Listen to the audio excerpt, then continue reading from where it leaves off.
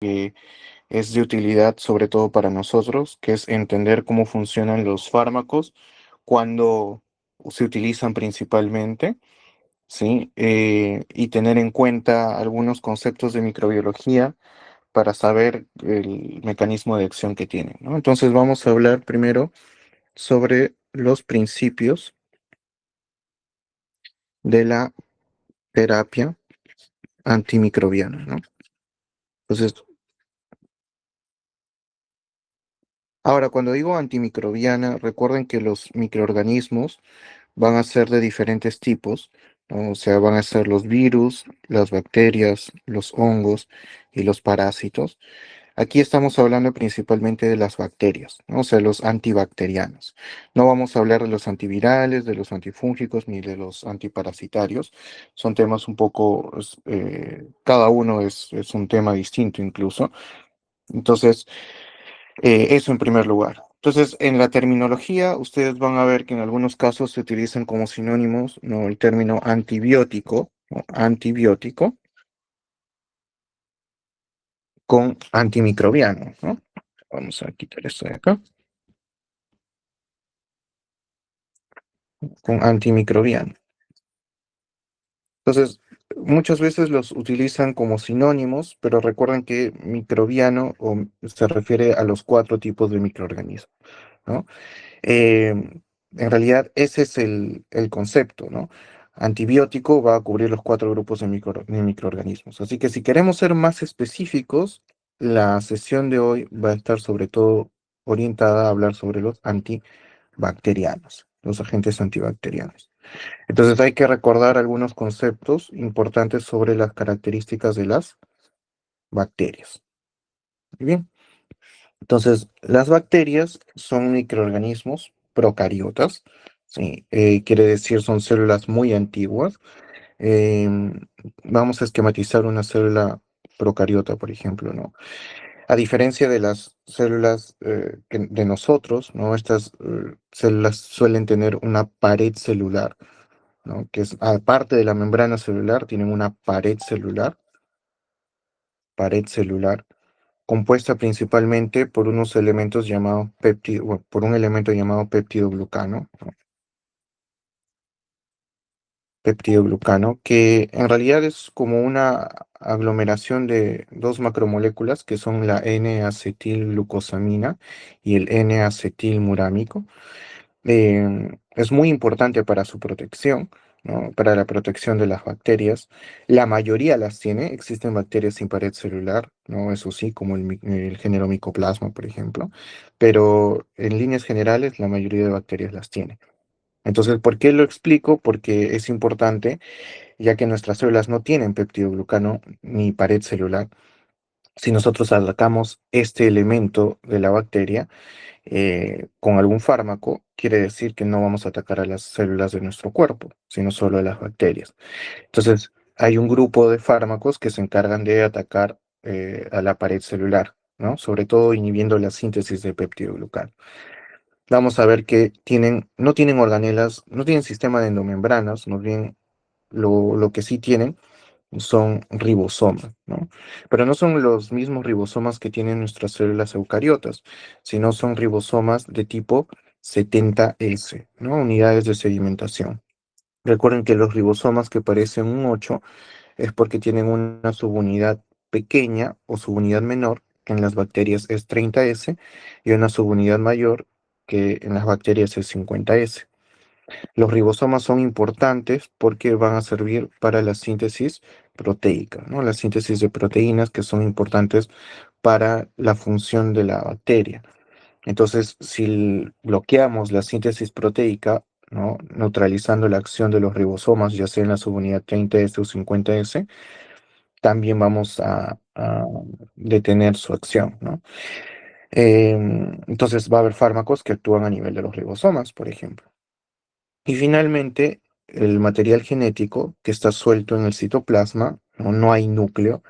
Las células procariotas no tienen núcleo, de ahí el nombre no pro, es antiguo núcleo, no, no tienen núcleo. Entonces, aquí vamos a tener a los ácidos nucleicos, ¿no? Ácidos nucleicos, principalmente el ADN. ¿no? Suele ser un ADN circular. Entonces aquí hay otros fármacos que bloquean la síntesis de ácidos nucleicos. Y ahí tenemos en realidad los principales grupos de antibacterianos, ¿no? Los que actúan a nivel de la pared celular, a nivel de los ribosomas y a nivel de los ácidos nucleicos. Y en realidad esta es la forma más práctica de recordarlo, ¿no? Muy bien. Es importante estar seguros, bueno, no siempre va a haber 100% de seguridad en una infección para decir que es bacteriana, salvo que exista un cultivo, ¿no? Pero sí la sospecha debe ser suficientemente alta en base a la evidencia para hablar o para iniciar un tratamiento antibiótico que se llama tratamiento empírico, ¿no? Precisamente eh, no se puede dar antibacterianos en cualquier situación, ¿no? Se tiene que tener alta sospecha de un agente bacteriano, porque si es una infección viral, pues más bien lo que estaríamos generando es resistencia. Si decidimos empezar un tratamiento antibacteriano, y de por sí no tenemos 100% de certeza, ¿no? Es una infección a veces complicada, se recomienda tomar un cultivo previo, ¿no? Previo al inicio del tratamiento antibacteriano, cosa que en transcurso de los días va apareciendo el germen causante y podemos tener un tratamiento más específico, ¿no? Porque usualmente el tratamiento empírico es de amplio espectro y luego se va ajustando en base a la bacteria que se tiene. Entonces, una vez que ya se sabe qué bacteria es, los fármacos pueden ser más enfocados, ¿no?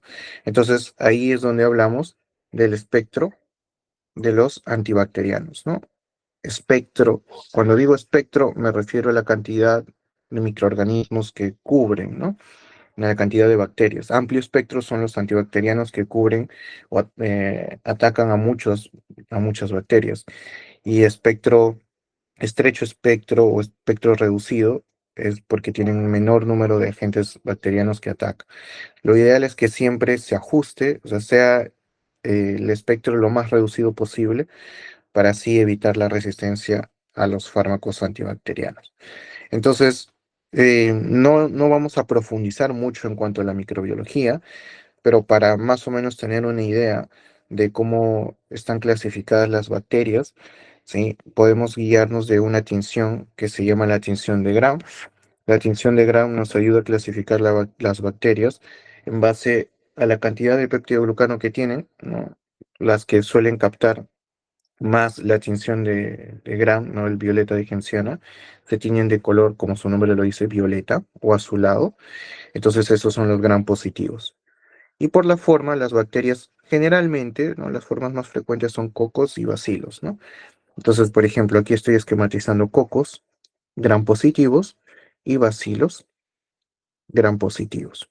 Si más bien no se tiñen de manera adecuada con la violeta de genciana, se van a teñir con la safranina, ¿no? Y van a tener un color más rojizo o rosado. Entonces aquí tendríamos a los llamados cocos gram negativos o a los bacilos gram negativos, ¿no? Bacilos gram negativos. Muy bien. Entonces, ¿quiénes son los principales agentes, no? Si las bacterias solo sobreviven en condiciones donde no hay oxígeno, o sea, en condiciones anaerobias, se llaman anaerobios estrictos. ¿Sí? Entonces aquí voy a poner a los anaerobios estrictos. Anaerobios estrictos, vamos a dividirlo así. Y si requieren de oxígeno, se llaman aerobios estrictos. Hay otra opción, y es que les da igual si hay o no hay oxígeno, y eso se llama anaerobios facultativos. Entonces, los más abundantes son los aerobios y anaerobios facultativos, ¿no? Los anaerobios estrictos, hablando de las patologías que puedan producir, son menos frecuentes, ¿no? Pero igual existen. Entonces, más o menos así vamos a encontrar los principales grupos de microorganismos. ¿Quiénes son aerobios o anaerobios facultativos y a la vez son cocos gram positivos? Están, por ejemplo, los géneros Staphylococcus, ¿no? Staphylococcus, los Streptococcus o los Enterococcus. ¿Quiénes son aerobios o anaerobios facultativos y son bacilos gram positivos? Están, por ejemplo, Listeria monocitogenes, ¿no? Corynebacterium, Corynebacterium diphtheriae principalmente, causante de la difteria, y Bacillus, ¿no? Bacillus anthracis, Bacillus cereus, por ejemplo. Eh, Hablando de los cocos gram negativos, están, por ejemplo, Moraxella, Moraxella catarrhalis, causante de exacerbaciones en los pacientes con EPOC, Neisseria, ¿no? Neisseria meningitis, Neisseria gonorrea, ¿no? Causante de meningitis y gonorrea. Bacilos gram negativos están, por ejemplo, las enterobacterias, que son una gran familia de bacterias, ¿no? Enterobacterias.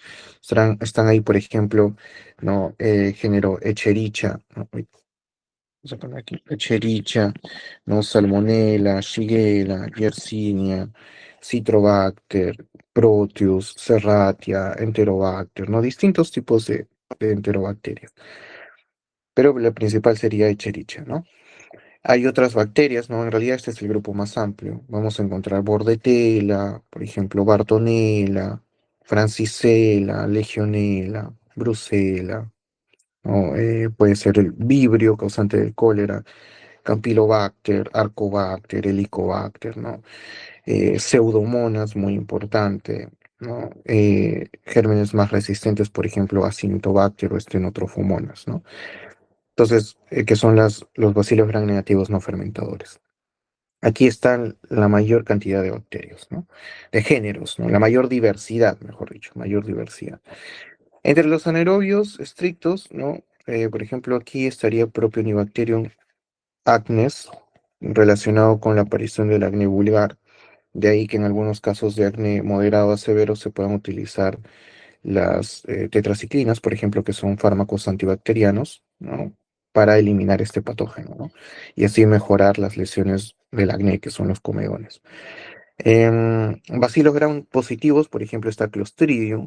Cabe resaltar que tanto Bacillus, voy a subrayarlo, como Clostridium son bacterias que tienen formas de resistencia llamadas esporas, ¿no? Son formadores de esporas.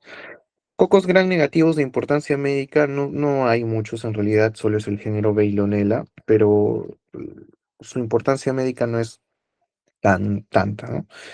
En el caso de bacilos gram negativos, sí, ¿no?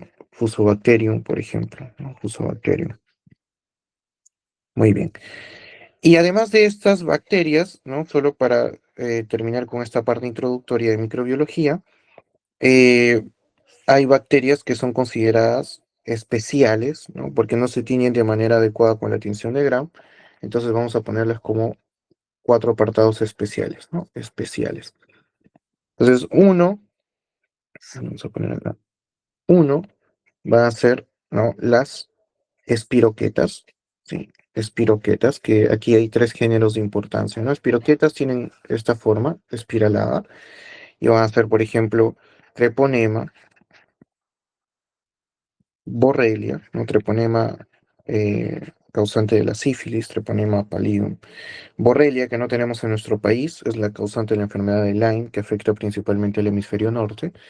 Y Leptospira, ¿no? Leptospira interrogans, que causante de la leptospirosis, ¿no? Tenemos a las bacterias que son ácido alcohol resistente, ¿no? Que no tienen peptidoglucano en su pared celular, sino más bien tienen ácidos llamados ácidos micólicos. De ahí que un género importante se llama Mycobacterium, ¿no? Donde está el Mycobacterium tuberculosis tan frecuente en nuestro país. Y el Mycobacterium leprae también, ¿no? O nocardia, ¿no? Nocardia que también viene a ser un ácido alcohol resistente que tiene forma filamentosa, ¿no? Tenemos también a los intracelulares obligados, ¿sí? Los intracelulares obligados quiere decir que necesitan de una célula para poder sobrevivir. Hay bacterias que son intracelulares, sí, pero también pueden estar fuera de la célula y no pasa nada. Esos son llamados intracelulares facultativos, ¿no? Pero intracelulares obligados están principalmente el género Rickettsia, ¿no? Coxiella, por ejemplo, o clamidia, ¿no? Clamidia. Y si no tienen pared celular, o sea, sin pared celular, está aquí principalmente micoplasma, ¿no? Y ahí es importante recordarlo porque, por ejemplo, o no, micoplasma, ureaplasma, porque en una infección donde sospechamos que el germen puede ser micoplasma, pues no vamos a utilizar fármacos cuyo mecanismo de acción sea inhibir la síntesis de peptidoglucano. No tendría sentido porque no tienen pared celular. Muy bien. Entonces, con eso tenemos la primera parte que van a ser los principios de la terapia antimicrobiana, ¿no? Y luego pasaríamos a ver los inhibidores de la síntesis de la pared celular. Muy bien. Inhibidores. Vamos a poner acá. Inhibidores a nivel de la pared celular, ¿no? Que es el primer grupo de fármacos. Muy bien. ¿Hasta aquí alguna pregunta? Pueden activar su micro o escribir, bueno, levantar la mano si tienen alguna pregunta en relación a esta primera parte.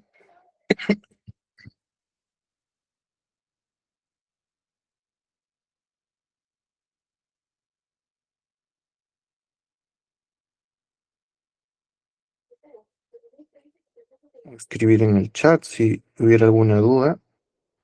Si no hay dudas, entonces pasamos al siguiente apartado, que sería inhibidores de la pared celular, ¿no? Entonces aquí veríamos a un gran grupo de fármacos que vendrían a ser los beta-lactámicos, ¿no? Beta-lactámicos. Se llaman así, ¿no? Porque comparten una estructura química que es el anillo beta-lactámico y todos los fármacos derivados de este grupo, ¿no? Van a tener el mismo mecanismo de acción. ¿Cuál es el mecanismo de acción de estos fármacos? Inhiben unas enzimas llamadas las transpeptidasas, que son importantes para la síntesis de peptidoglucano. ¿Sí? También se conocen como PBPs, ¿sí? O proteínas de unión a penicilina por sus siglas en inglés. Entonces, si yo bloqueo las PBPs, pues ya no hay peptidoglucano, ¿no? Ya no hay peptidoglucano. Entonces, ese es el mecanismo de acción de estos fármacos. En cuanto a su farmacocinética, ¿no? Van a depender más que de la concentración del medicamento, dependen del tiempo que se utiliza. O sea, son llamados tiempo dependientes, ¿sí? Tiempo dependientes. Y van a matar a las bacterias. Cuando un fármaco mata a las bacterias, ¿no? Se llama bactericida. Cuando detiene su crecimiento, se llama bacteriostático. Entonces, estos fármacos son bactericidas. Muy bien. Entonces, vamos a ver dentro de los beta-lactámicos diferentes grupos. Por ejemplo, vamos a tener a las penicilinas. ¿Sí? Penicilinas. Muy bien. Entonces, las penicilinas, ¿no? Quizás como efecto adverso principal pueden tener que puede aparecer alergias, ¿no? Alergias a las penicilinas. Hay pacientes, muchos pacientes que son alérgicos a las penicilinas. Entonces hay que tener ese cuidado porque hay reacción cruzada, ¿no? Si es alérgico a algún tipo de penicilina, es muy probable que sea alérgico a otro subtipo de penicilina o incluso a otros beta-lactámicos. Entonces eso hay que tenerlo en cuenta. Dentro de las penicilinas, vamos a tener penicilinas que son llamadas las penicilinas naturales, ¿sí? Donde vamos a encontrar, por ejemplo, la penicilina G, la penicilina V, que se utiliza, ¿cuál es la principal utilidad de este tipo de penicilinas? Es para tratar infecciones causadas, por ejemplo, por Streptococcus, ¿no? Streptococcus. O también infecciones causadas por treponema. Ojo que eso va a depender también de la resistencia que hay, ¿no? La resistencia local, sobre todo cuando me refiero a Streptococcus. Pero sí es bastante utilizado para la sífilis, ¿no? La penicilina G, por ejemplo, ¿no? En el caso del treponema. Muy bien. Vamos a tener otro tipo de penicilinas, por ejemplo, las antiestafilocócicas. Antiestafilocócicas. Porque principalmente van a atacar al Staphylococcus aureus, pero no cualquier Staphylococcus aureus, sino al Staphylococcus aureus que todavía no tiene tanta resistencia. Es llamado el Staphylococcus aureus sensible a meticilina, ¿sí? Aquí están, por ejemplo, la oxacilina, la cloxacilina, cloxacilina y la dicloxacilina, ¿no? Son utilizadas para tratar las infecciones causadas por Staphylococcus aureus sensible a meticilina. Muy bien. Vamos a tener las penicilinas que son llamadas aminopenicilinas. ¿Sí? Aminopenicilinas. Principalmente vamos a tener dos fármacos aquí que van a ser la amoxicilina. Vamos a colocarlo aquí. Amoxicilina, que principalmente se usa en infecciones causadas por Streptococcus, ¿no? Streptococcus. Y la ampicilina, que se utiliza sobre todo en infecciones causadas por listeria, ¿no? Cuando se sospecha que hay listeria, por ejemplo, en casos de meningitis o sepsis neonatal, se agrega ampicilina, ¿no? Muy bien. Recuerden que Streptococcus y Listeria van a ser gram positivos, ¿no? Y Staphylococcus aureus, sensible a meticilina, también son gram positivos. Sabemos que las penicilinas principalmente se utilizan para gram positivos, pero algunas penicilinas se modificaron precisamente para cubrir un gran negativo que es importante atacar, que es las pseudomonas, ¿no? El género pseudomonas, específicamente pseudomonas aeruginosa. Entonces de ahí surgen las penicilinas anti-pseudomónicas. ¿Sí? Por ejemplo, aquí estaría piperacilina, ¿no? Piperacilina o ticarcilina, ¿no? Vamos a ponerlo así, ticarcilina, que van a cubrir un gran negativo que vendría a ser pseudomonas, ¿no? Pseudomonas aeruginosa. Muy bien. Ahora, las bacterias han aprendido a generar resistencia contra las penicilinas, formando enzimas que las degradan. Son las llamadas beta-lactamasas. Destruyen el anillo beta-lactámico. Entonces, para combatir estas beta-lactamasas, muchas veces se combinan las penicilinas con fármacos, ¿no? O, en este caso, que inhiben a las beta-lactamasas, o sea, con inhibidores de beta-lactamasas. Entonces, ¿qué inhibidores de beta-lactamasas tenemos, por ejemplo? ¿No? Uno muy conocido es el ácido clavulánico. El ácido clavulánico que se utiliza en combinación, por ejemplo, con amoxicilina, ¿no? Por eso tenemos amoxicilina con ácido clavulánico, ¿no? En el caso del tazobactam, por ejemplo. El tazobactam se utiliza con la piperacilina, ¿no? Piperacilina tazobactam, que seguro en los hospitales han escuchado como pipetazo, ¿no? Piperacilina tazobactam. El sulbactam, ¿no? Sulbactam, que es muy utilizado sobre todo en combinación con la ampicilina. Muy bien. Entonces esas vendrían a ser las penicilinas dentro de los beta-lactámicos. Ahora, aparte de las penicilinas, en los beta-lactámicos vamos a tener a las cefalosporinas. Cefalosporinas. Muy bien. Entonces, las cefalosporinas se clasifican por generaciones. Tenemos, por ejemplo, de primera generación. Y aquí las más representativas vendrían a ser la cefalexina o la cefasolina, por ejemplo, cefasolina, que van a cubrir sobre todo infecciones donde se sospecha que participan cocos gram positivos, ¿no? Luego tenemos las cefalosporinas de segunda generación, ¿sí? Aquí estarían principalmente cefuroxima, ¿no? Cefuroxima. Estaría, por ejemplo, cefoxitina, ¿no? Cefoxitina, o también cefotetán, ¿no?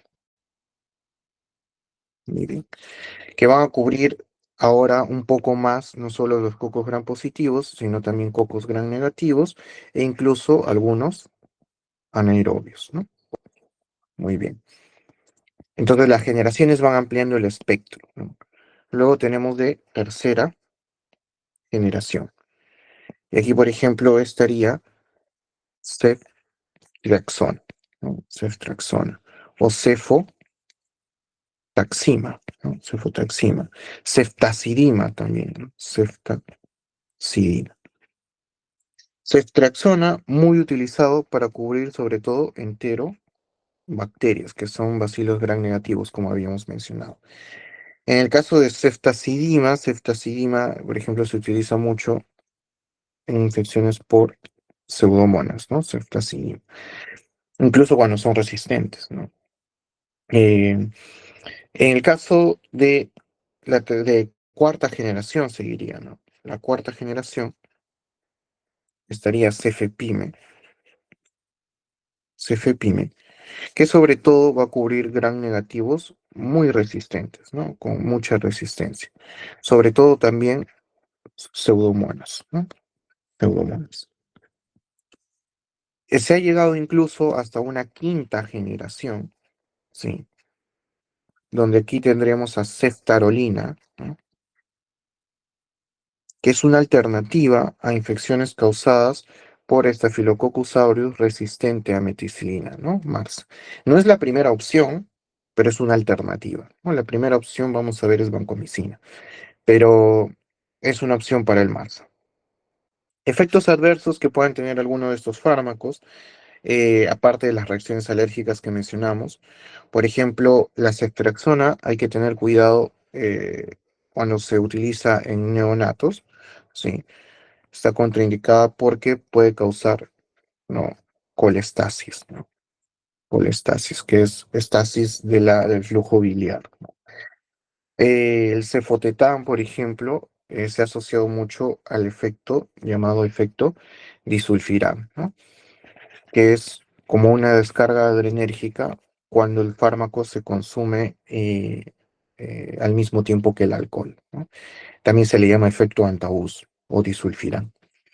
Muy bien. Entonces, eso en relación con las cefalosporinas. Luego tenemos otros betalactámicos, ¿no? Los tres. Seguirían los carbapenems.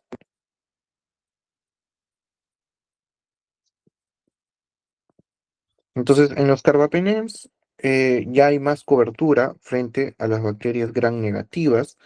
Por ejemplo, aquí estarían fármacos como imipenem,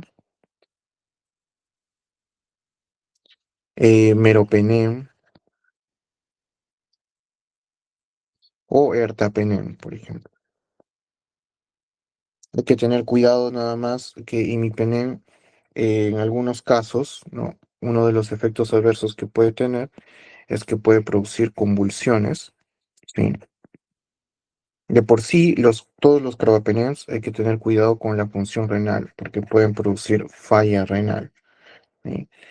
Y en cuanto a su cobertura, hay que tener en cuenta que si bien cubren más gram negativos, ertapenem no cubre infecciones causadas por pseudomonas. Entonces no es antiseudomónico, es el único de los carbapenems que no cubre pseudomonas aeruginosa. Y finalmente tenemos a los monobactams, donde en realidad solo hay un representante, que es el Astreonam, ¿no? Monobactam. Monobactams voy a poner. En realidad solo es uno, ¿no? El Astreonam. Entonces, el Astreonam va a tener mayor cobertura contra gram negativos, ¿sí? Incluyendo pseudomonas. Y es una alternativa también en casos haya alergia a penicilina, porque va a haber menor reacción cruzada, ¿no? A pesar de ser también un beta-lactámico. Igual no es un medicamento que se utilice mucho, es generalmente de reserva, ¿no? En situaciones en las que haya mucha resistencia, ¿no? Es una alternativa, ¿no? Entonces, el Astrana. Muy bien. Esos vendrían a ser los beta-lactámicos, ¿no? En relación con los inhibidores de la pared celular. Pero ojo que además de los beta-lactámicos hay otros fármacos que actúan a nivel de la pared celular. Aquí tenemos, por ejemplo, vamos a poner otros, ¿no? Otros. Estarían, por ejemplo, los glicopéptidos, ¿no? Glicopéptidos. Vamos a ponerlo así. Como principal representante tendríamos a la vancomicina. Y la vancomicina también va a inhibir la síntesis de peptidoglucano, pero sobre todo lo hace inhibiendo la formación de entrecruzamientos, ¿no? Macromoleculares a nivel de la pared celular. Entonces, la vancomicina tiene un espectro principalmente para gram positivos. Y me refiero, su principal utilidad e indicación es para la infección causada por Staphylococcus aureus resistente a meticilina.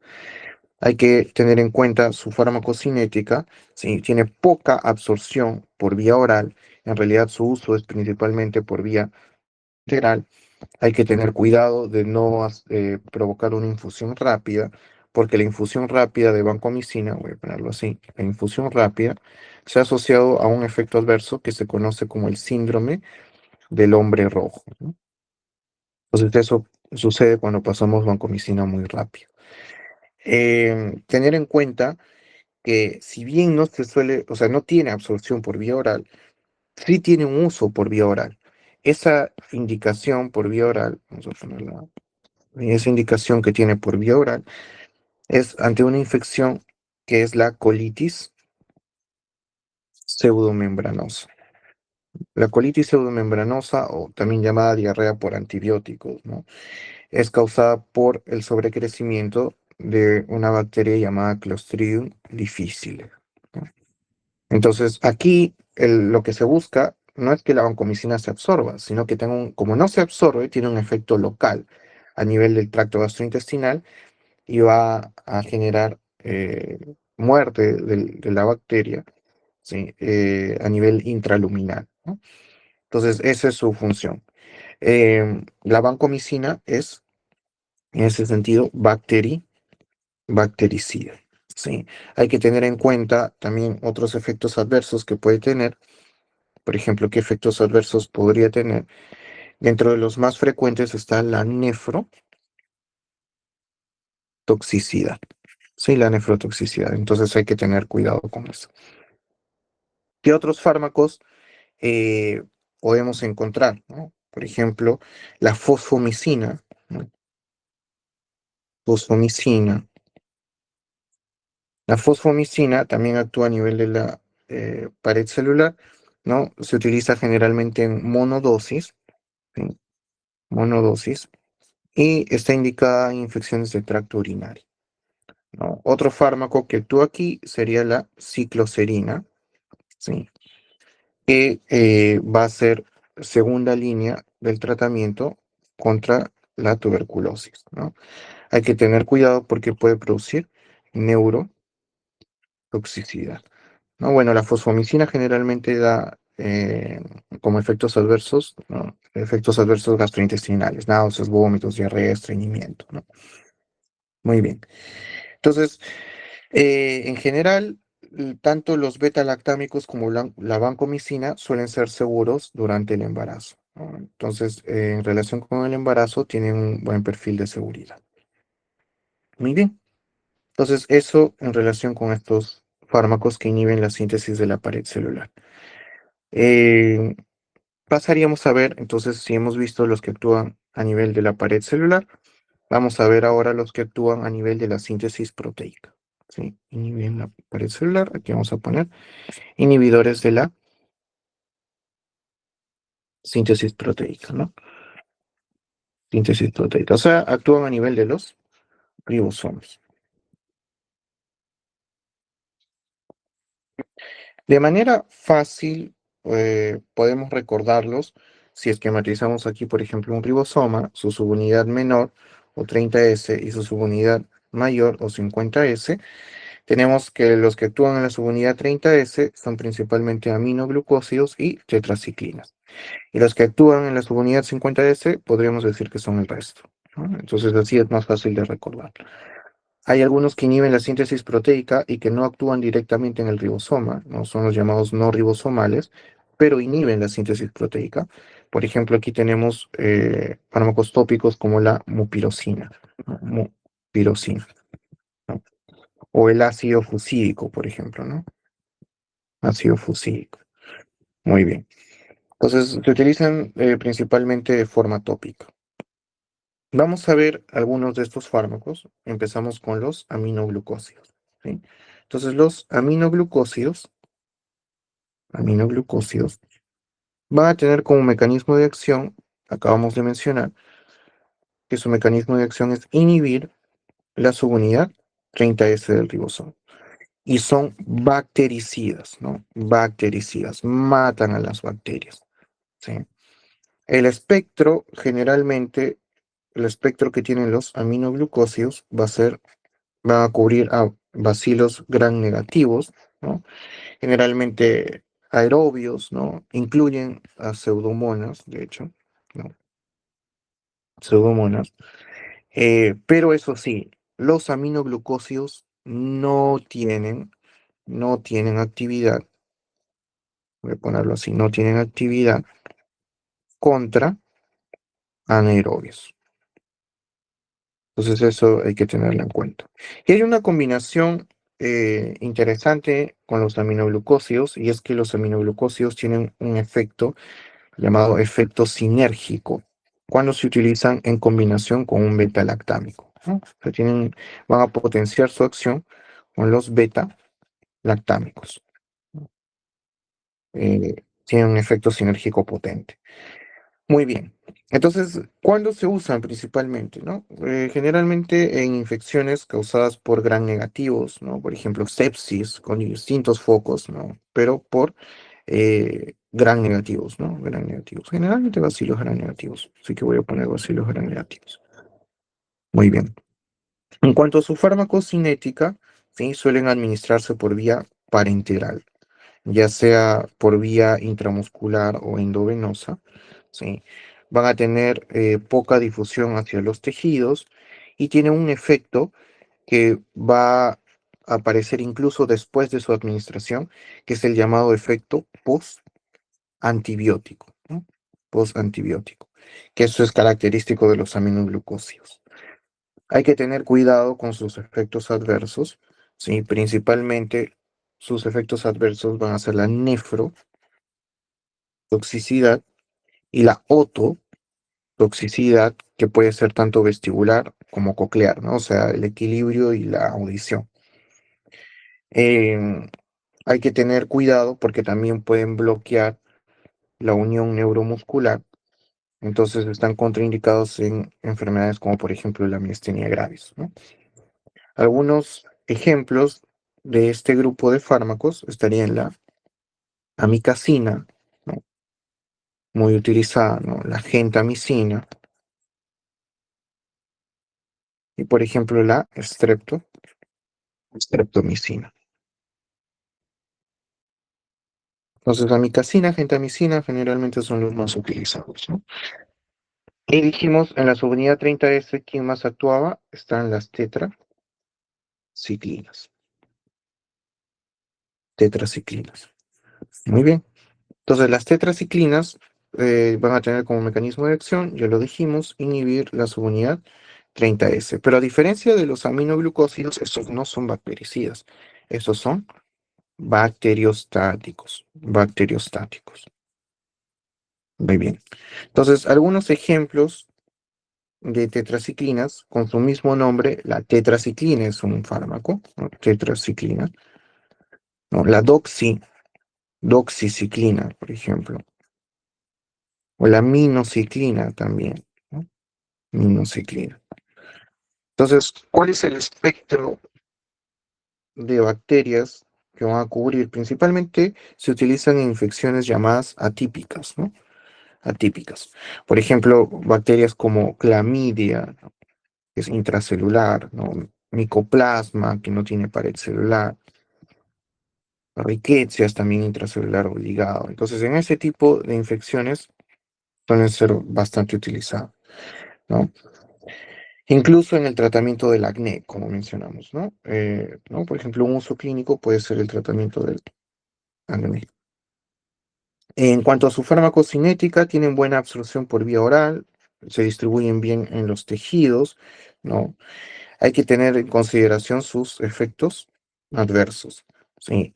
Los principales efectos adversos y los más frecuentes son gastrointestinales. Igual pueden producir otras alteraciones como por ejemplo fotosensibilidad, ¿no? Pueden producir alteración del esmalte dental o incluso alteración del crecimiento óseo. Y eso se ve sobre todo cuando se utilizan en menores de 8 años. Por eso es que está contraindicado, ¿no? Contraindicado su uso en menores de 8 años y en gestantes, o sea, durante el embarazo. No se utiliza en el embarazo. Muy bien. Entonces, tetraciclinas. Además de las tetraciclinas, tenemos otros fármacos, como son, por ejemplo, los macrólidos. Muy bien. Los macrólidos van a tener como mecanismo de acción, este grupo está dentro de los que pusimos otros, entonces van a ser inhibidores de la subunidad 50S. También son bacteriostáticos, así como las tetraciclinas, bacteriostáticos. Muy bien. Ejemplos de macrólidos, ¿no? Tenemos acitromicina, vamos a tener a claritromicina, utilizada en infección por Helicobacter pylori, ¿no? Claritromicina. Vamos a tener, por ejemplo, a eritromicina. Entonces, tienen espectro que va a cubrir, por ejemplo, a gérmenes atípicos, ¿no? Sobre todo en casos de neumonías, ¿no? Se utiliza en la neumonía, por ejemplo, en la neumonía adquirida en la comunidad, ¿no? Es un tratamiento, es un uso que se le puede dar, ¿no? Por ejemplo, también se utiliza en el tratamiento de la tosferina causada por Bordetella pertussis, ¿no? Aunque es cada vez menos frecuente por la vacunación. Es una alternativa en pacientes que son alérgicos a la penicilina, ¿no? Y se utiliza, dijimos, también en la infección por Helicobacter pylori. Muy bien. Entonces, esos serían algunos usos que pueden tener, ¿no? Uso voy a poner acá. En cuanto a su farmacocinética, ¿no? Tienen bastante acción a nivel intracelular, ¿sí? De ahí que pueden afectar a estos gérmenes atípicos, ¿no? La citromicina es la que tiene mayor o el tiempo de vida medio más largo, ¿no? Más tiempo de vida medio. Entonces tiene mayor tiempo su efecto. En cuanto a los efectos adversos que pueden tener los macrólidos, sí, hay que tener en consideración que son agonistas de la motilina. Entonces aumentan el peristaltismo, pueden producir diarrea, sobre todo, ¿no? Hay que tener cuidado porque pueden prolongar el intervalo QT, ¿no? Entonces hay riesgo de arritmia, sobre todo si se están utilizando otros fármacos que también pueden prolongar el intervalo QT. Eh, Algunos de ellos, sobre todo claritromicina, eritromicina, eso sobre todo, son inhibidores del CYP450, específicamente la isoforma del CYP3A4, ¿no? Acitromicina no, pero en general los macrólidos son inhibidores del citocromo P450 en su isoforma más frecuente, que es la 3A4. Entonces suelen tener bastante interacción con otros medicamentos. Por eso hay que tener en cuenta que otros medicamentos está tomando su paciente cuando inicia antibiótico terapia con macrólidos. Ahora, además de los macrólidos, ¿qué otros fármacos podemos encontrar, ¿no? Por ejemplo, están las lincosamidas. Lincosamidas. En las lincosamidas vamos a tener principalmente a la clindamicina. La clindamicina tiene como mecanismo de acción, está dentro de los otros, entonces inhibe la subunidad 50S del ribosoma. Y también es bacteriostática. Es bacteriostática. En su espectro va a cubrir a gran positivos principalmente y cubre sobre todo anaerobios, que es la principal utilidad que tiene, ¿no? En las infecciones donde se sospecha que puede haber gérmenes anaerobios. Entonces su uso va a depender de eso. Se utiliza, por ejemplo, en casos de abscesos, en infecciones cutáneas, ¿no? Infecciones de la piel, o partes blandas, ¿no? También infecciones estomatológicas, ¿no? Infecciones eh, odontogénicas en ese caso, ¿no? Odontogénicas le vamos a poner acá. Es bastante utilizada la clindamicina. Pero el efecto adverso más importante a recordar es que es el fármaco antibacteriano más asociado con la aparición de colitis pseudomembranosa. ¿Sí? Que dijimos hace un momento es la diarrea por antibióticos causada por las toxinas de Clostridium difficile. Eso en relación con la clindamicina, que es una lincosamida.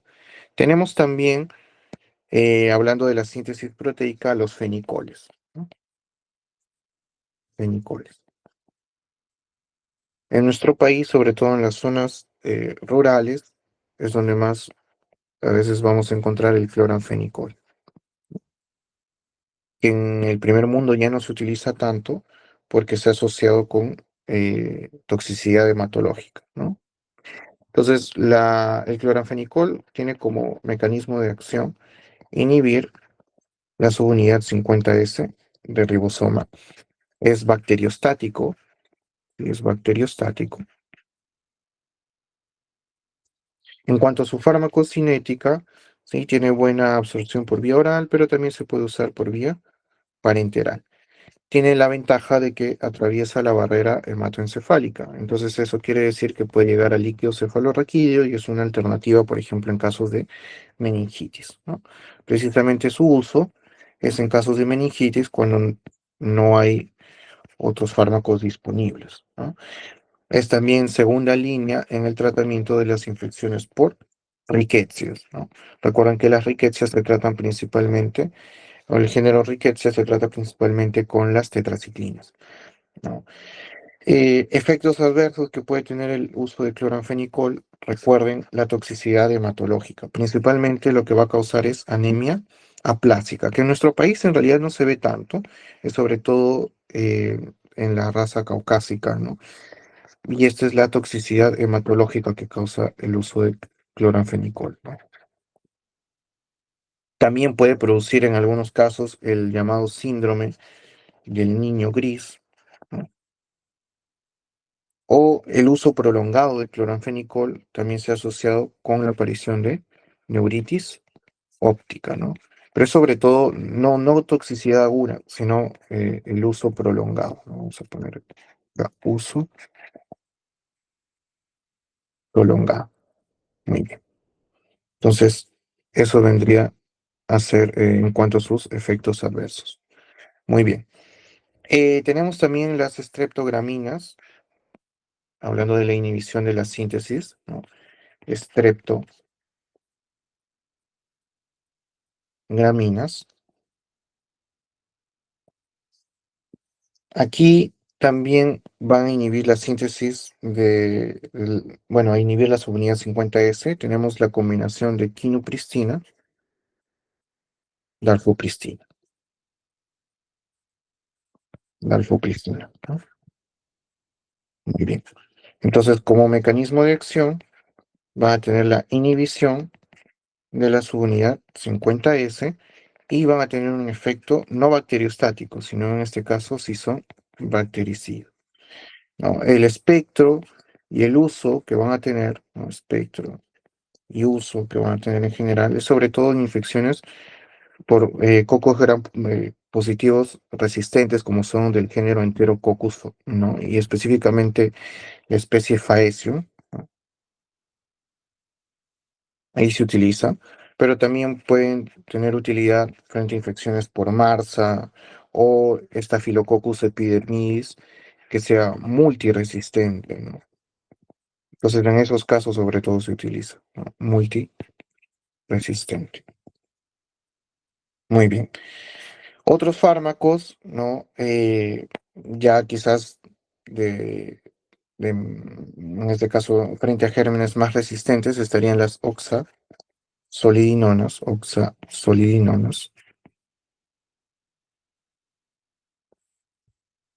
donde estaría el Linezolid, ¿no? Linezolid. Entonces, el Linezolid tiene como mecanismo de acción inhibir a la subunidad 50S. Es bacteriostático, bacteriostático. Y su espectro va a ser principalmente, ¿no?, frente a gram positivos resistentes, ¿no? A gram positivos resistentes. Su farmacocinética es importante porque el Linezolid tiene 100% de biodisponibilidad, quiere decir que alcanza las concentraciones en sangre al 100% por vía oral, ¿no? O sea, se administra por vía oral de manera muy, muy eficiente. Hay que tener cuidado con sus efectos adversos, ¿no? El Linezolid se ha asociado, por ejemplo, a mielosupresión, ¿no? Mielosupresión o a la aparición de neuropatía, por ejemplo, ¿no?, ya sea óptica o también neuropatía periférica. En algunos casos también se ha visto que puede producir acidosis láctica, ¿no? El Linezolid. Muy bien. Entonces, eso principalmente con los inhibidores de la síntesis, ¿no? Y tenemos finalmente, para completar esta miscelánea de los tres principales grupos, ¿no? Inhibidores de la pared celular, inhibidores de la síntesis proteica, vamos a ver los inhibidores de los ácidos nucleicos, ¿no? Mejor lo ponemos en otro lugar. Vamos a ponerlo acá. Inhibidores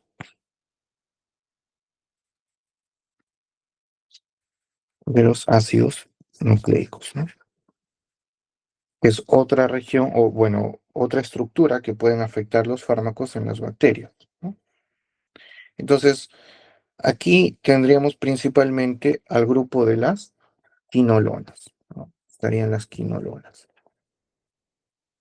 Entonces, las quinolonas tienen como mecanismo de acción inhibir una enzima muy importante que va a ser la ADN o DNA girasa, ¿sí?, que también es llamada la topoisomerasa, que es importante para la replicación, ¿no? Topoisomerasa, para la replicación del ADN. Entonces, si yo bloqueo eso, ya no hay más ADN. Por eso es importante para contrarrestar la replicación de las bacterias. Ejemplos de quinolona, ¿no? Tenemos al ciprofloxacino. El ciprofloxacino cubre bastante bien a los gram negativos, incluida las pseudomonas, ¿no? Pseudomonas. Luego tenemos también al levofloxacino, ¿no?, que es considerada una quinolona de tipo respiratorio. ¿Por qué? Porque va a penetrar bien en los tejidos, en el epitelio respiratorio, ¿no? Por ejemplo, en infecciones causadas por Streptococcus pneumoniae. Y también cubre gram negativos, incluyendo pseudomonas, ¿no?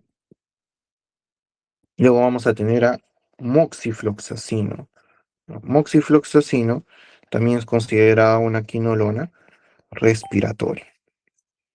Es decir, también va a cubrir bien a Streptococcus pneumoniae. Cubre bien a los gram negativos, pero moxifloxacino no cubre pseudomonas. Muy bien. Entonces, y también el moxifloxacino, a diferencia de cipro, por ejemplo, no suele utilizarse en infecciones del tracto urinario, ¿no? No es recomendado su uso.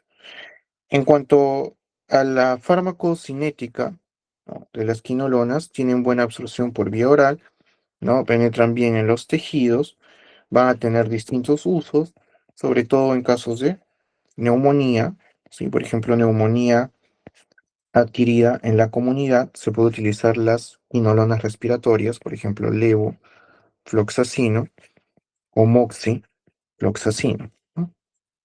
Moxifloxacino. También se utiliza en casos de exacerbaciones del la enfermedad pulmonar obstructiva crónica o EPOC, ¿no? Ahora hay que tener en cuenta también los efectos adversos que puede ocurrir, ¿no? Sobre todo en pacientes que se ve, ¿no? Que son mayores de 60 años, ¿no? Y están en tratamiento, por ejemplo, con corticoides, es frecuente que pueda aparecer tendinopatía, ¿no? O sea, alteración, sobre todo del tendón rotuliano, ¿sí? La rotura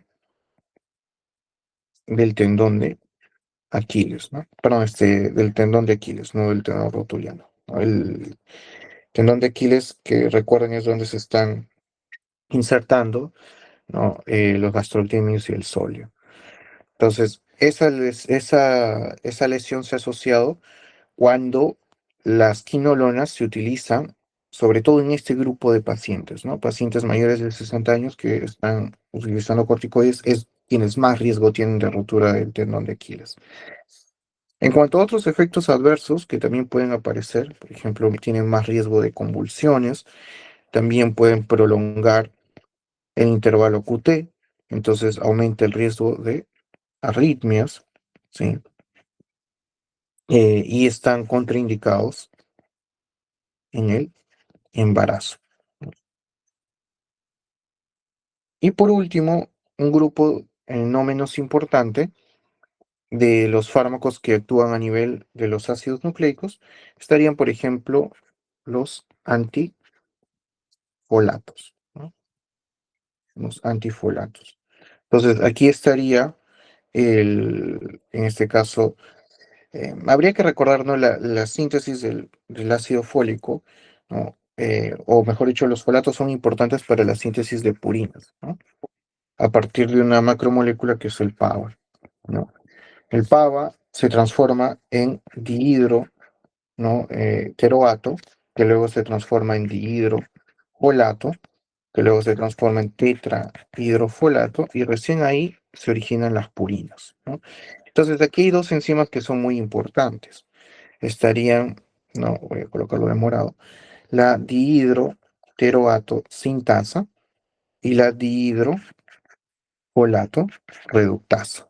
Esos dos pasos son muy importantes y son pasos donde actúan fármacos. Precisamente inhibiendo la dihidroteroato sintasa, vamos a tener a las sulfas, también llamadas sulfonamidas. Inhibiendo la dihidrofolato reductasa, vamos a tener fármacos como por ejemplo el trimethoprim. En realidad, cada uno de estos es solo bacteriostático. No son bactericidas, son bacteriostáticos. Pero cuando el trimethoprim, perdón, se utiliza en conjunto con una sulfa, que es el sulfametoxazol, ¿no? Pueden tener un efecto ya no bacteriostático, sino en conjunto pueden tener un efecto bactericida. Y eso es lo que sucede en el caso del trimethoprim con sulfa-metoxazol, ¿no? También llamado cotrimoxazol, ¿no? Cotrimoxazol. Muy bien. Entonces, las sulfas, ¿no? Las sulfonamidas en general, vamos a poner acá. Solas, ¿no? Las sulfonamidas. Van a tener como uso principalmente infecciones cutáneas, por ejemplo, se puede utilizar en infecciones del tracto urinario, ¿no? Y es porque el espectro que cubren es principalmente de gram positivos, pero también cubren gram negativos entéricos, ¿no? Como pueden ser las enterobacterias, pero eso sí, las sulfas no cubren anaerobios. Y hay que tener cuidado en este caso, con un efecto adverso que es similar a las penicilinas, que son las reacciones alérgicas, ¿no? Hay muchos pacientes que son alérgicos a las sulfas. Y ahora, hablando de las reacciones alérgicas, incluso pueden afectar tanto la piel que puede llegar a producir un síndrome que se conoce como el síndrome de Steven-Johnson, ¿no? Steven-Johnson, eso sí puede llegar a ser mortal. En el caso del cotrimoxazol, o trimethoprim con sulfamethoxazol tiene usos muy específicos, por ejemplo, la neumonía causada por un hongo, que es Pneumocystis jirovecii, ¿no? Que afecta principalmente a los pacientes con infección por el virus del VIH ya en estadio SIDA. También se utiliza como, en este caso, agente antiparasitario, en el caso del toxoplasma, porque toxoplasma ya no es una bacteria, sino es un parásito, ¿no? Se puede utilizar en bacterias, sí, por ejemplo, bacilos gram negativos no fermentadores, como son estenotrofomonas, maltofilia, estenotrofomonas, por ejemplo, y principalmente cuando causa infección intrahospitalaria, ¿no? Porque es un germen usualmente intrahospitalario. Entonces, ¿dónde se utiliza? También en general en infecciones del tracto urinario o en algunos pacientes que tienen es también, prostatitis es también una alternativa terapéutica, ¿no? Muy bien. Entonces, eso en relación con estos fármacos, ¿no? Muy bien. Entonces, hemos tratado de abordar los principales grupos farmacológicos, sus mecanismos de acción, ¿no? Los principales efectos adversos, tener un panorama general de lo que va a ser la terapia antibacteriana, ¿no? No sé si hubiera alguna duda, alguna pregunta que deseen hacer.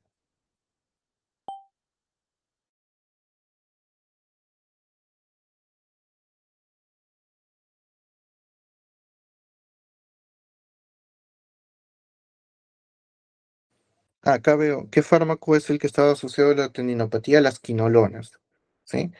Las quinolonas.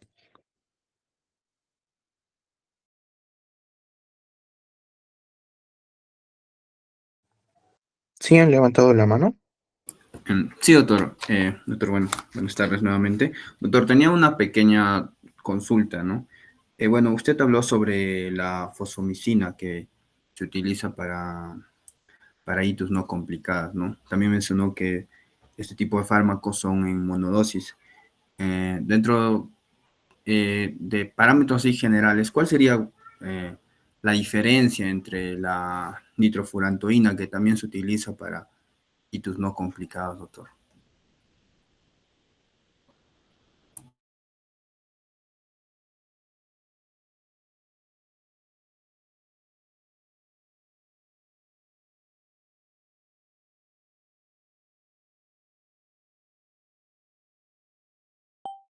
Ah, ¿me escuchan? Creo que estaba con el micro. Sí, Me, sí, sí, me doctor. Sí. preguntaron sobre la fosfomicina, ¿no? Eso lo hablamos en síntesis de la pared celular. Por aquí lo puse, fosfomicina. Eh, aquí está, ¿no? Que se utiliza generalmente en monodosis en el tratamiento de la ITU. Bueno, la nitrofurantoína también se utiliza en las infecciones del tracto urinario, pero no está dentro de este grupo, ¿no? La nitrofurantoína, tendría que estar principalmente en el grupo de los que van a inhibir a los ácidos nucleicos, ¿no? Lo que hace la nitrofurantoína es que crea especies reactivas, ¿no? Sobre todo especies reactivas de oxígeno, que dañan el ADN. Entonces dañan el ADN de las bacterias e impiden su crecimiento. Tanto la fosfomicina, vamos a ponerlo así, la fosfomicina como la nitrofurantoína son bactericidas, eso sí lo comparten, ¿no? Son bactericidas. Generalmente la fosfomicina tiene espectro, dijimos, frente a los patógenos, por ejemplo, gram positivos, gram negativos, ¿no? Eh, va a tener mucho más espectro que la nitrofurantoína. La nitrofurantoína puede afectar gram positivos, gram negativos, pero, por ejemplo, la nitrofurantoína no cubre a las pseudomonas, ¿no? Tampoco cubre proóticos, ¿no? O Serratia, que también son enterobacterias. Entonces, quizás esa es una diferencia en cuanto a su espectro, ¿no? Los dos se pueden utilizar en cistitis aguda no complicada, ¿no? Sí, sí se pueden utilizar, ¿no? La diferencia es en tiempo, ¿no? El tiempo en que se va a utilizar. La nitrofurantoína usualmente va a ser por 5 a 7 días, en cambio la fosfomicina, como les mencioné, es en una dosis única, ¿no? Es monodosis. Hay que tener en cuenta, ¿no?, que la fosfomicina puede producir efectos gastrointestinales, ¿no? Como les había mencionado. La nitrofurantoína quizás en sus efectos adversos, ¿no? Lo que puede producir es sobre todo a veces náuseas, puede aparecer cierta cefalea, pero cuando orinan, eso es importante mencionarle a los pacientes, bueno, a las pacientes porque es más frecuente las infecciones del tracto urinario en las mujeres, ¿no? La orina a veces puede salir de un color más oscuro, ¿no? Orina color marrón oscuro, ¿no? Y es producto del medicamento. No es que esté empeorando el cuadro o haya aparecido alguna nefrotoxicidad, ¿no? Eh, Ahora, cuando se utiliza mucho la nitrofurantoína, o sea, incluso en tratamientos más prolongados, ¿no? Se pasa un poco del tiempo que está recomendado, puede producir sí otros tipos de toxicidad, por ejemplo, hepatotoxicidad. Puede aparecer, por ejemplo, neuropatía periférica, ¿no? En algunos casos, ¿no? Vamos a poner así, neuropatía. Pero eso generalmente es cuando hay tratamiento más prolongado, ¿no? Prolongado.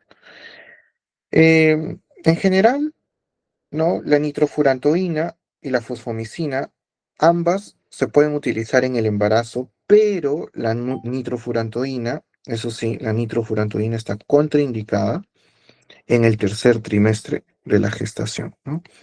Se ha asociado con complicaciones en el embarazo, sobre todo en el tercer trimestre. Pero el primer y segundo trimestre se puede utilizar, ¿no? Entonces, siempre, de todas maneras, hay que tener en cuenta, como les había mencionado, si uno sospecha de una infección del tracto urinario, quizás si es no complicada, no hay mucho problema, pero si estamos en una infección, por ejemplo, una pielonefritis, ¿no? Con algunos, con criterios para pensar en una infección del tracto urinario complicada, tomar un urocultivo antes de iniciar el tratamiento antibiótico empírico para ver realmente el patrón de resistencia. Y sobre todo si es un paciente o una paciente que está de manera intrahospitalaria, suelen tener gérmenes más resistentes, ¿no? Entonces, bueno, eso en relación con las infecciones del tracto urinario, ¿no? Y las principales diferencias, ya que me han preguntado, entre la nitrofurantoína y la fosfomicina.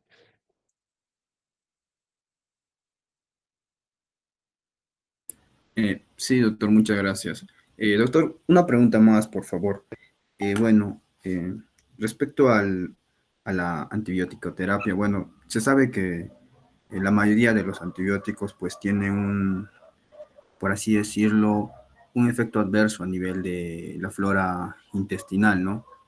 Dentro de los antibióticos quizás más gastrolesivos, por así mencionarlo, usted mencionó sobre los macrólidos y las lincosamidas. Bueno, la destrucción de esta flora bacteriana es por el tema de que estos fármacos, estos antibióticos, perdón, destruyen la flora bacteriana o hacen como un efecto de barrido, ¿no? De esta flora, porque mencionó que, por ejemplo, los macrólidos, uno de sus efectos adversos es la diarrea. Bueno, mi duda más era cómo la flora bacteriana se ve alterada o quizás se daña, ¿no? Con estos antibióticos. Muy buena pregunta, ¿no? En realidad, el daño gastrointestinal tiene dos causas principales, ¿no? Es la composición química del mismo medicamento, o sea, esa es la irritación química, ¿no? Producto del fármaco, como bien dice, o la destrucción de la flora microbiana normal, ¿no? La que nos está protegiendo. Por ejemplo, aquí, cuando me preguntaron de los macrólidos, ¿no? Los macrólidos, eh, lo que producen generalmente son agonistas de la motilina, pueden producir diarrea, pero si producen alteraciones gastrointestinales, generalmente son por irritación, ¿no? Sí pueden producir bastante irritación gastrointestinal los macrólidos, ¿no? ¿Qué otro grupo me había preguntado? Creo que las lincosamidas. Sí, sí, doctor. Las lincosamidas, donde estaría la clindamicina, que me parece que lo he puesto por acá. Aquí es distinto, ¿no? No es tanto por irritación del fármaco, sino porque genera alteración de la flora. Entonces muere la flora normal, la que nos protege, ¿no? De los gérmenes resistentes. Y ese espacio, por así decirlo, que queda, tiene que ser ocupado por otra bacteria y, por ejemplo, puede ser ocupado por el Clostridium difficile. Cuando ocurre eso, es lo que se llama una disbiosis, ¿no? Disbiosis es por alteración de la flora microbiana normal. Entonces, la clindamicina sí se asocia sobre todo a daño por disbiosis, no tanto por irritación. Ahora hay fármacos que pueden producir ambas cosas, tanto irritación como disbiosis. Por ejemplo, eh, aquí estaría la amoxicilina con el ácido clavulánico, que creo que se lo puse por acá, ¿no? Amoxicilina con ácido clavulánico, por ejemplo, las concentraciones elevadas de ácido clavulánico suelen ser muy gastrolesivas por irritación química. Y la amoxicilina produce disbiosis. Entonces, más probable que se pueda producir trastornos gastrointestinales, ¿no? Por ejemplo, diarrea, náuseas, ¿no? Entonces, ambas cosas al mismo tiempo, ¿no? Quienes en algún momento han tomado ácido clavulánico y amoxicilina, por ejemplo, en altas concentraciones, quizás han presentado este efecto adverso, ¿no? Que es relativamente frecuente. Entonces, en los fármacos hay una combinación de, de ambas cosas, ¿no? Algunos más, otros menos, como les digo, quizás los más representativos, ¿no? La lincosamida, la clindamicina, disbiosis, los macrólidos, irritación gastrointestinal, ¿no? En el caso del ácido clavulánico con amoxicilina es una combinación de ambas, ¿sí? Eh, Otro que mencioné, por ejemplo, que tiene muchos trastornos gastrointestinales, las tetraciclinas, aquí es más por irritación química también, ¿sí? Irritación química. No tanto porque genere una disbiosis, ¿no? Es por irritación del mismo medicamento. Entonces, esas serían quizás las más representativas, pero muy, muy buena observación sobre ese efecto adverso.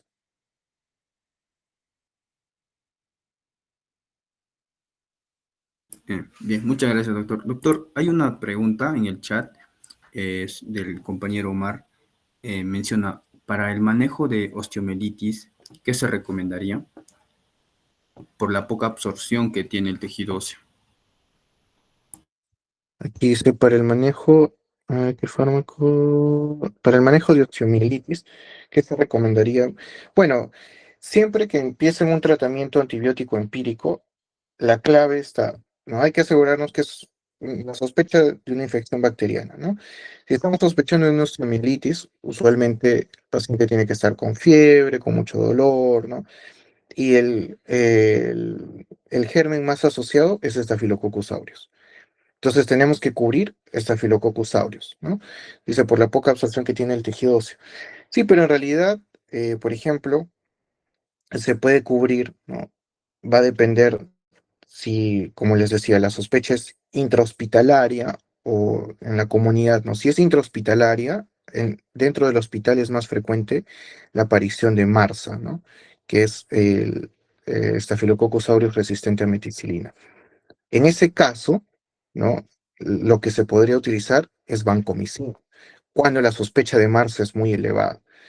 Pero no siempre es lo que sucede, ¿no? La mayoría de veces es Staphylococcus aureus sensible a meticilina. Entonces se puede todavía intentar con penicilinas anti-estafilocócicas, solo que tiene que ser por vía parenteral, ¿no? Por ejemplo, oxacilina, cloxacilina, dicloxacilina.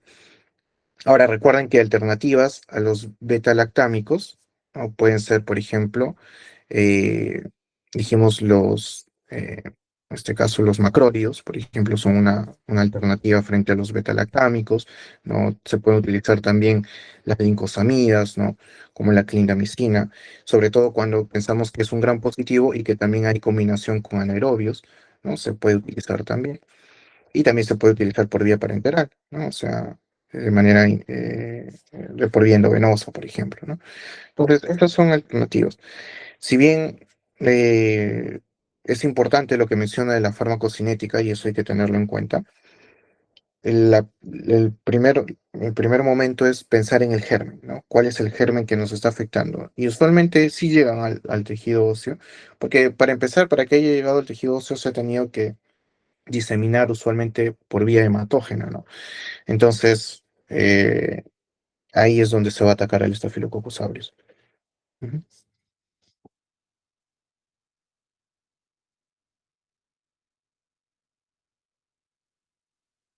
No sé si hay alguna otra pregunta.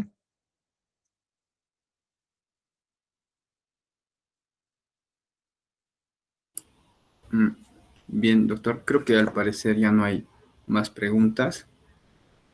Bueno, doctor, le agradecemos de antemano, todo el comité organizador le agradece por la ponencia. En realidad fue muy provechosa para todos, en realidad, saber un poco más sobre la antibiótico-terapia, ¿no? Esperamos su participación para futuras ponencias. Muchas gracias, doctor. Bueno, gracias a ustedes por la invitación. Ahí en el chat que han creado en WhatsApp les comparto los apuntes que los voy a poner en la página de Instagram, ¿no? Para que los puedan ver también. Muy bien, espero verlos también en otra actividad académica. Gracias, cuídense.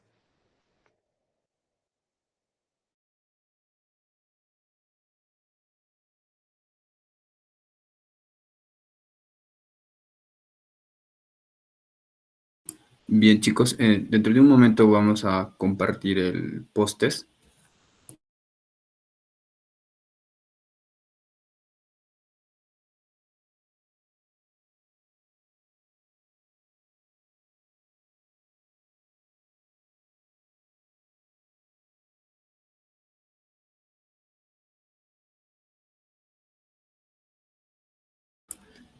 Chicos, acabo de compartir el link del post-test en el chat del Meet.